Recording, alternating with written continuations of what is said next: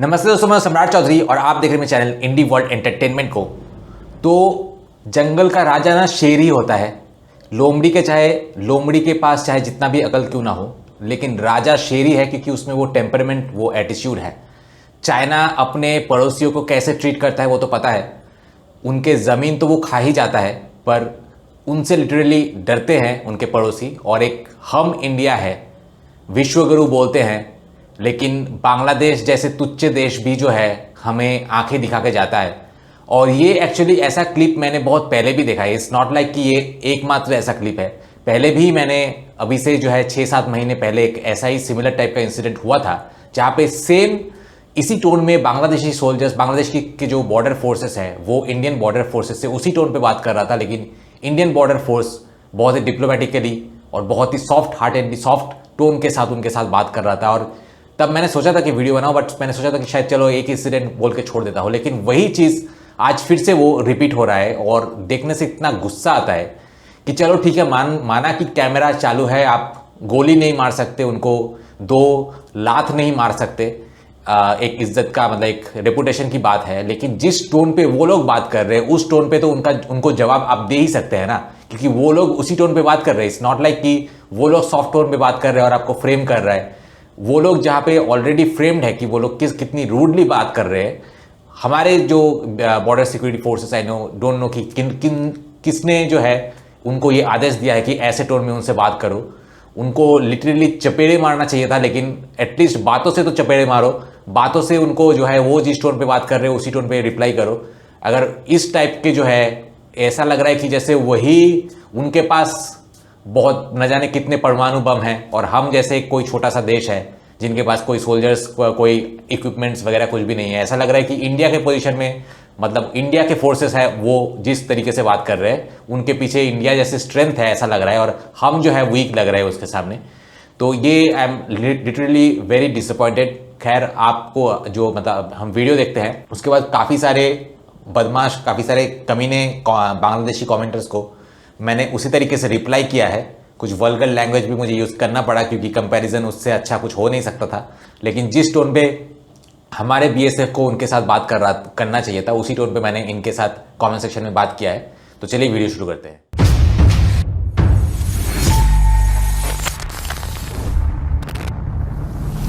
दोस्तों, मैंने बहुत सारे बिजनेस पार्टनर्स को, खास करके जो एनआरआईज है, उनके लिए चैनल बना के उनको इंडिया में एक stable source of income generate करके दिया है। अगर आप भी मेरे साथ पार्टनरशिप में चैनल स्टार्ट करना चाहते हैं, जहां चैनल के ओनर आप होंगे लेकिन कंटेंट मैं बना के दूंगा, तो मुझे कांटेक्ट कीजिए इस नंबर पे। दोस्तों, ये वीडियोस कुछ ही दिन पहले यूट्यूब पर अपलोड हुआ था। पहला वीडियो का टाइटल था सीमा पर पिलर्स लगाने को लेकर बीजीबी और बीएसएफ आमने सामने, और दूसरा वीडियो का टाइटल था बीजीबी के कड़े विरोध के बाद पटग्राम सीमा पर बीएसएफ की पिलर्स हटा दी गईं। यहाँ आप काम नहीं कर पाएंगे, यहाँ आप काम नहीं कर पाएंगे। आप यहाँ काम करेंगे तो हमें बताना होगा। यहाँ मुझे बताना होगा कि मैं यहाँ काम कर रहा हूँ।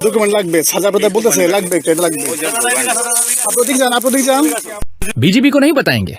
आप सीमा इलाके की जमीन नापेंगे, काम करेंगे। यहाँ आप काम नहीं कर पाएंगे। फ्लैग मीटिंग हो जाए फिर भी यहाँ आप काम नहीं कर पाएंगे। क्या बोल रहे हैं? फालतू बात। आप यहाँ काम करेंगे तो हमें बताना होगा। आप सीमा पे चले आएंगे, ये तो नहीं होगा भाई। मेरी बात सुनिए, अगर मैं यहाँ काम करूंगा तो आपको जरूर अवगत कराऊंगा, और अगर आप यहाँ काम करेंगे 150 गज के भीतर करेंगे तो मैं आपको कुछ नहीं बोलूंगा। लेकिन इस 150 गज के भीतर अगर आप काम करेंगे तो मुझे जानना होगा, मुझे बताना होगा। फ्लैग मीटिंग के दौरान दोनों पोस्ट कमांडर बात करेंगे। मैं क्या गलत कह रहा हूं भाई, आप बताइए? क्योंकि यह इंटरनेशनल बॉर्डर रेखा है। 1975 के इंदिरा मुजीब समझौते में कहा गया है कि यहां सीमा क्षेत्र में अगर बीएसएफ काम करे तो बीजीबी को अवगत कराना होगा, और अगर बीजीबी काम करे तो बीएसएफ को अवगत कराना होगा। आप यहाँ जमीन नाप रहे हैं, खूंटी काट रहे हैं, और मुझे पता भी नहीं चला। 150 गज के अंदर इस तरह ठीक नहीं होगा। क्या यही आपकी ईमानदारी है? क्या यही आपका प्यार है? आप काम कीजिए, मेरी बात सुनिए, आप काम कीजिए, लेकिन मुझे तो बताना होगा कि आप यहाँ जमीन नाप रहे हैं, क्या कर रहे हैं? कैसे होगा? मीटिंग करो। मीटिंग क्यों करेंगे? आपने मीटिंग करने से पहले ये काम क्यों किया? आपने बताया, हम आगे बता। नहीं, आप मीटिंग करने की बात कर रहे हैं, तो मीटिंग पहले करते कि हम यहाँ काम करेंगे। पहले आपको पोस्ट कमांडर बताएगा दादा आप लोग तो बांग्ला जानते ना। दादा आप लोग तो बांग्ला नहीं जानते। अगर आप लोग काम करते तो हमें पहले बताने की जरूरत थी कि हम यहाँ एक काम करने जा रहे हैं। आप अचानक काम शुरू कर दिए। ये बीएसएफ की जिम्मेदारी है। बीएसएफ आकर बोलेगा कि यहाँ हमारा एक काम हो रहा है, हमने आपको अवगत करा दिया, बस बात खत्म हो गई। लेकिन अगर आप मुझे बताए बिना अकेले सीमा क्षेत्र में आ जाए तो ऐसा तो नहीं होगा भाई। जो बात हो रही है उसके लिए हमें डॉक्यूमेंट चाहिए। हमें तो डॉक्यूमेंट चाहिए। हमें अपनी अथॉरिटी को बताना होगा ना। हमें अथॉरिटी को बताना होगा हम आपको प्रोटेक्शन दे रहे हैं, हमने मना नहीं किया। आप 150 गज के बाहर काम करें, मैं आपको कोई आपत्ति नहीं करूंगा। लेकिन जब आप 150 गज के भीतर काम करने आएंगे तब आपको जरूर बताना होगा कि मैं यह काम कर रहा हूं।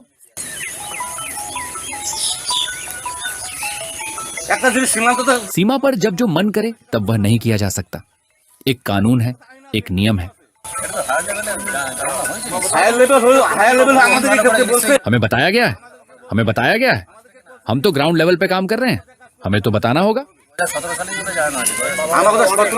चाहे 2017 में हो या 2020 में। सर अगर वे करेंगे तो करें, लेकिन मुझे तो अवगत कराना होगा। आप सीमा क्षेत्र में मेरे हायर अथॉरिटी को बताकर काम कर रहे हैं, बीएसएफ, बीजीबी। हमें तो बताना जरूरी है कि भाई हम यह काम करना चाहते हैं। मैं अपने हायर अथॉरिटी को बताऊंगा। बीएसएफ काम करेगा, करे, लेकिन बिना बताए, बिना जानकारी के पहले खूंटी लगाना शुरू कर देंगे। ये क्या हुआ?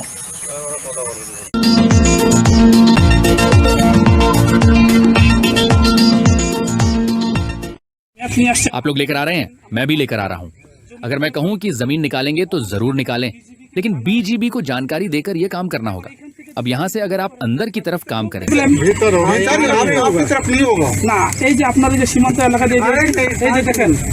ये जो आपका सीमा क्षेत्र है, देखिए आपके लोगों के हाथ में जो खूंटी है, ये जो हाथ में खूंटी है, सीमा क्षेत्र में अगर इस तरह खूंटी लगानी है तो हमें जरूर जानकारी देनी होगी।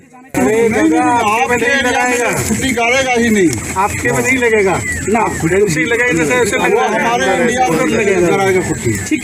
ठीक है। अब ये जो जमीन है ये बांग्लादेश है और ये इंडिया है। बांग्लादेश का मालिक रहेगा, इंडिया का मालिक रहेगा, क्योंकि सीमा क्षेत्र में 150 गज के भीतर कुछ करना हो तो वहां बीजीबी और बीएसएफ दोनों का होना जरूरी है। तो आप लोग आए, आपके लोग आए, आप यहाँ सीमा निर्धारित कर रहे हैं। ये जो खूंटी आप लोग लगा रहे हैं, लेकिन आपने बीजीबी को कोई जानकारी नहीं दी। नाप हो रहा है, अभी कौन सा लग रहा है? हम आपके तरफ लगेगा तब नाप होगा। हम अपना जमीन नाप रहे हैं। अपना जमीन आप लोग जमीन नाप कर आए हैं, आप लोग पिलर से पकड़कर माप रहे हैं। सीमा क्षेत्र में कोई भी काम करना हो तो हमें जरूर जानकारी देंगे। हम यहाँ आएंगे। ঠিক আছে না, আমরা এখানে ওই পক্ষে যে জিনিসটা আসলে সঠিক যেটা। क्या ठीक है ना? हम यहाँ आएंगे। जो चीज वास्तव में सही होगी वही करनी होगी। आपने यहाँ माप लिया, मैं कह रहा हूँ किसी भी दिन अगर इस जमीन का मालिक मौजूद ना हो तो आप इस तरह आकर जमीन नहीं निकाल सकते। दोनों पक्षों का मौजूद होना जरूरी है। উভয় পক্ষকে থাকতে হবে। आपकी जमीन उधर है, मेरी जमीन इधर है, हमारी जमीन इधर है। तो आपकी जमीन उधर है। आपको नाप कर समझना होगा कि मेरी सीमा कहाँ है, मैं इस तरफ काम करूंगा।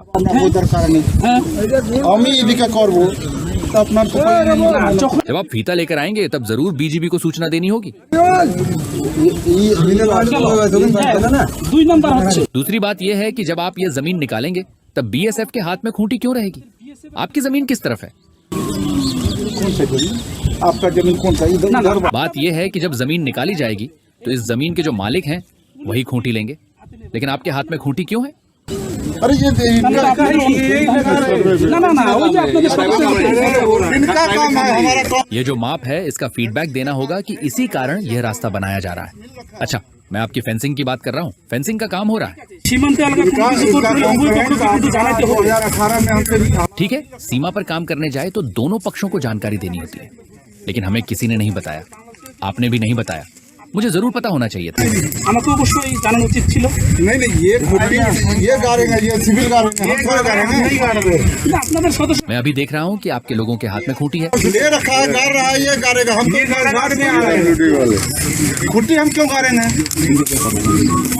हम खुट्टी, हमारे पता है जमीन किसका है। ये জমিনের মালিক সে খুঁটি কাটবে। हाँ, तो जमीन সীমান্ত এলাকায় ये मालिक যখনই আপনাকে यहाँ मालिक कहाँ है? मालिक के हाथ में तो खूंटी नहीं है। যাই কিছু जो भी होगा, मेरी बात यह है कि जो भी स्थायी निर्माण होगा, जब आप एक बैरिकेड लगाएंगे वो एक स्थायी निर्माण है। मेरी बात थी कि अगर आप एक सिंगल बैरिकेड भी लगाते हैं तो यहाँ से 150 गज के बाहर आप जो चाहें करें, लेकिन 150 गज के भीतर कुछ नहीं होगा। देश की सीमा के अंदर कोई भी चीज नहीं होगी। जब आप ये दूरी लेने जाएंगे तब जरूर बीजीबी को सूचना देनी होगी। और किस लिए आप यहाँ से सीमा की दूरी ले रहे हैं? आप 140 भी ले सकते हैं, मुझे क्या आपत्ति है? क्या मैं अभी इस तरह आपकी जमीन की माप दे सकता हूँ? क्या मैं माप दे सकता हूँ? क्या मेरे लिए कानून में ऐसा कोई अधिकार रखा गया है? जब आप माप देंगे तब मुझे भी समझना होगा कि क्या सही है। তার জন্য जमीन जमीन बड़ी লাগছে लेकिन आप लोग यहाँ आकर बांस की खूंटी लगा रहे हैं। आप लोग यह सब माप देने के लिए लेकर आए हैं। मैं यही कह रहा हूँ कि जो भी करना हो उससे पहले दोनों पक्षों को आना होगा, फिर देखना होगा, उसके बाद वह काम करना होगा। কিন্তু সীমান্তে আসেন আপনি ফোন করে এবং কিছু দেশ দিয়ে মাপিয়ে নিয়ে যাবেন এয়ারপোর্ট পর্যন্ত।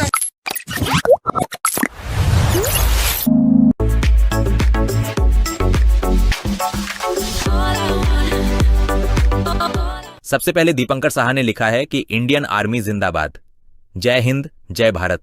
उसके बाद MRA जू ने लिखा है कि सर झुकाकर चलने के दिन खत्म, सीमा पर अंतरराष्ट्रीय कानून मानना होगा सभी को, BGB को सलाम। जिसके रिप्लाई में मैंने लिखा है कि हमने साइंस में पढ़ा है बॉयांसी के बारे में। जब कोई चीज़ खाली होती है तो वो ऊपर उठने की कोशिश करते हैं, स्पेशली बांग्लादेश के सर जिसके अंदर कुछ है नहीं। इसलिए बांग्लादेश के सर इतने खाली है कि खाली गुब्बारे की तरह ऊपर उठने की कोशिश करते हैं। इसलिए तेरा सर झुकता नहीं है, इसका कारण सम्मान नहीं है, कारण यह है कि तेरा दिमाग खाली है। इसीलिए गैस बैलून की तरह ऊपर उठने की कोशिश करता है। क्योंकि अगर बांग्लादेशियों में रत्ती भर की भी दिमाग होती ना तो वो जानते कि इंडिया के सामने झुकने में ही उनकी भलाई है, एटलीस्ट जिंदा रहेगा। उसके बाद शाहिदुल ने लिखा है कि जिंदगी का जोखिम लेकर साहस दिखाने के लिए BGB को अनगिनत धन्यवाद। जब लगाते ना दो चार लपड़ तो सही मैसेज पहुंचता तुम तक। लगता है गेंदा भैया भावनाओं में बह गए हैं।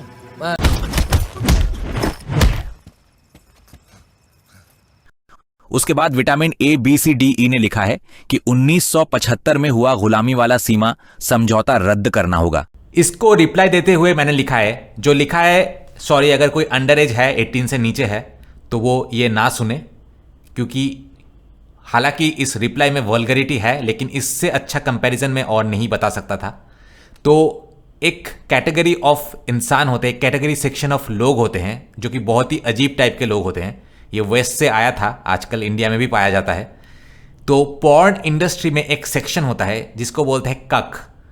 कक ऐसे जो एक कैटेगरी होता है जहाँ पे हस्बैंड अपने ही वाइफ के साथ सेक्स करने के लिए किसी और आदमी को बुलाता है और हस्बैंड को सामने अपने आंखों के सामने वही देख के मजा आता है। इस अद्भुत शौक का आरंभ शायद पाकिस्तान और बांग्लादेश को देख के ही हुआ था। 1971 तक बांग्लादेशी नपुंसक मर्द इसी शौक का मजा ले रहे थे, जहां पे वो पाकिस्तानी मर्दों को घर में बुला के अपनी ही माँ बहन को उनके हाथों में सौंप देता था। हाथों पे तो नहीं, कहाँ पे सौंपता था वो आपको पता ही होगा। तो उनके लिए वही एक्चुअल आज़ादी थी। लेकिन फिर इंडिया ने आके जो इनको फ्री किया तो ये बांग्लादेशी नपुंसक मर्द, जिनमें से ये कमेंटर, हाँ भाई तुझे बोल रहा हूँ, तू भी शामिल है उसी कैटेगरी में, तो इनके जो ये शौक है वो रुक गए। वो अब वो परसू नहीं कर पा रहे थे क्योंकि इंडिया ने पाकिस्तानियों से जो है बांग्लादेशियों को फ्री कर दिया था। भारत ने बांग्लादेशियों को फ्री कर दिया लेकिन ये नपुंसक बांग्लादेशी मर्द जो है वो अपने शौक पूरे नहीं कर पा रहे थे। तो इसीलिए उनके लिए यही गुलामी है। वो जो पाकिस्तान उनके साथ करता था उनके लिए वही फ्रीडम है। और ये जो इंडिया ने फ्री किया है ये इनको हजम नहीं है, क्योंकि गुलाम को गुलामी में ही फ्रीडम दिखती है। तो इसीलिए ये लोग ऐसे कमेंट करते हैं कि 1975 में जो है इनको गुलामी मिली और गुलामी की एग्रीमेंट इंडिया के साथ हुई, क्योंकि उनको पाकिस्तानी के गोद में अपने माँ बहन को सौंपने में ही फ्रीडम दिखती थी। क्योंकि ज़्यादातर जो बांग्लादेशी है वो इस कक कैटेगरी में आता है। उसके बाद रॉकीबुल इस्लाम ने लिखा है कि बांग्लादेश BGB जिंदाबाद, इंडिया BSF मुर्दाबाद। जिसके रिप्लाई में मैंने लिखा है कि कुछ दिन बाद यही चीज़ तू अपने 72 हुरों के साथ कह रहा होगा, क्योंकि BSF बहुत जल्दी तुझे तेरे 72 हुरों के पास पहुंचा देगा। उसके बाद रफीक इस्लाम ने लिखा है कि शाबाश, अगर बांग्लादेश का हर नागरिक ऐसा होता तो देश सच में बहुत अच्छा होता। जिसके रिप्लाई मैंने लिखा है कि अगर बांग्लादेश का हर नागरिक ऐसा होता ना तो शायद पूरा बांग्लादेश कब्र के अंदर होता, क्योंकि BSF तुझे वहां पहुंचा देता। उसके बाद यासीन अराफी ने लिखा है कि यह दिल्ली नहीं है, यह बांग्लादेश है। उसके बाद रोमन रेड ने लिखा है कि भारत के खिलाफ अब भी युद्ध घोषित कर देना चाहिए। उसके बाद मिलन सिकदार ने लिखा है कि ग्रेट अपोज, छोड़ देते देते सिर पर चढ़ गए। उसके बाद सुकांत रॉय ने लिखा है कि सीमा पर बीजीबी खूंटी नहीं लगाना चाहता क्योंकि इससे उनके तस्करों का बिजनेस खराब हो सकता है। उसके बाद मोहम्मद बिप्लब ने लिखा है कि बॉर्डर गार्ड बीजीबी को हमेशा तैयार रहना होगा। उसके बाद जिन्ना अल हसन ने लिखा है कि आंख में आंख डालकर बात की है भाई, हम आपको ऐसा ही देखना चाहते हैं। उसके बाद मोनेरुल इस्लाम ने लिखा है कि बीजीबी भाइयों को धन्यवाद, कोई डील नहीं, बॉर्डर पर सुरक्षा मजबूत करनी होगी। उसके बाद रीना हनीफ ने लिखा है कि 150 गज के बाहर कंटीले तार की बाड़ लगानी होगी, धन्यवाद बीडीआर भाई को। उसके बाद कुरान आसमानी फेकिता भाई ने लिखा है कि एक गोली चलेगी तो बीजीबी लुंगी उठाकर बांग्लादेश भाग जाएगा। उसके बाद मोहम्मद सोहाग शेख ने लिखा है कि मैं बांग्लादेश सरकार से कहूंगा जरूरत पड़े तो मुझे ट्रेनिंग देकर बॉर्डर पर भेजें, फिर भी देश की संप्रभुता की रक्षा के लिए 1 इंच भी नहीं छोड़ूंगा। उसके बाद मोहम्मद मोफिजुल ने लिखा है कि जरूर कानून मानकर दोनों देशों को मिलकर काम करना होगा। उसके बाद 0025 ने लिखा है कि बांग्लादेश की सैन्य शक्ति को बहुत बढ़ाया जाए। उसके बाद लाइफ ने लिखा है कि बीजीबी की सैलरी 10 गुना बढ़ाई जाए। उसके बाद मोहम्मद अब्दुल्ला अल मामून ने लिखा है कि शाबाश बेटा, बांग्लादेश में ऐसा ही चाहिए। उसके बाद हबीबुल्लाह नाजिम ने लिखा है कि शाबाश बाग के बच्चे, देशभक्त बीजीबी के इस भाई को सलाम, 1 इंच जगह भी नहीं छोड़ेंगे, हम तुम्हारे साथ हैं। उसके बाद आजिम ओवे ने लिखा है कि शाबाश रॉयल बंगाल टाइगर, तुम्हें सलाम। उसके बाद मिजानुर रहमान ने लिखा है कि फायर फायर फायर, शाबाश बेटा, बांग्लादेश में ऐसा ही चाहिए।